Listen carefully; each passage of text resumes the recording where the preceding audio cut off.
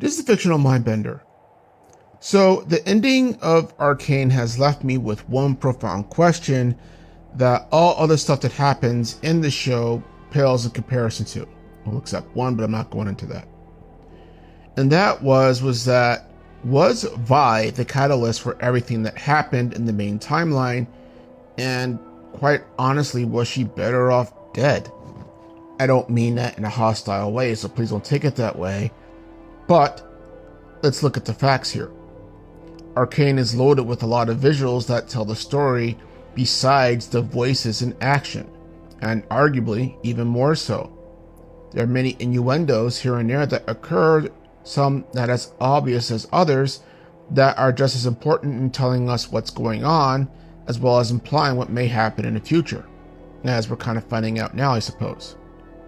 However, episode 8 left me, and apparently many others as well from what I'm reading, with that fundamental question, because it has Echo isekai'd into another universe where hex tech wasn't invented, and it was due to the fact that the explosion Powder caused in season 1 kills Vi. Yet from that point on, the rest of the family escapes, however, with their lives, and Powder swears off using the crystals ever again. They all grieve Vi's death, but ultimately are able to move on somehow to live happy lives. Zaun becomes a thriving city, and there's no threat of war, chaos, or shimmer, or anything else that is commonplace in the main timeline. In my previous video, I mentioned how season 1 and 2, up to that point, almost seemed to subconsciously present Vi as the fuck-up of the show. The one who means well, but whose recklessness and hot temper cause more damage than it solves. And after seeing this finale, I can't help but now feel like that the show pretty much hammered that point home. From all intents and purposes, Vi hasn't changed from season 1.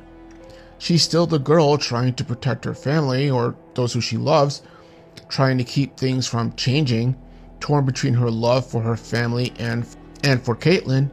And while yes, the relationship with Kate is consummated in the sex scene in the dungeon, which, well, almost understandable, also seemed kind of weird given the timing of everything, yet by the finale, Vi's character hasn't changed other than that. Again, with show and not tell, she puts her head at the end of the series on Kate's shoulder for support, after everything concluded and believing Jinx is dead. It's not a bad thing to want connection and need people, or feel a desire to love and want to be loved. And that's not what the show, I think, is implying either. But rather, I think it's a statement on Vi's tempestuous nature. Jinx too was also impetuous and destructive.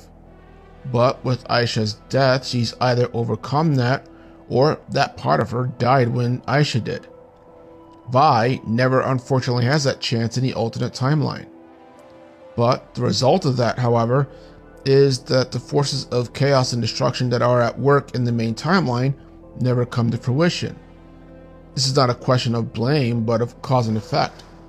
And it's definitely a sucky outcome, a paradox that belongs more to an old episode of The Twilight Zone than anything on Netflix. And like I said earlier, it's kind of a hard question to venture because I don't want to blame Vi necessarily for everything that's gone on.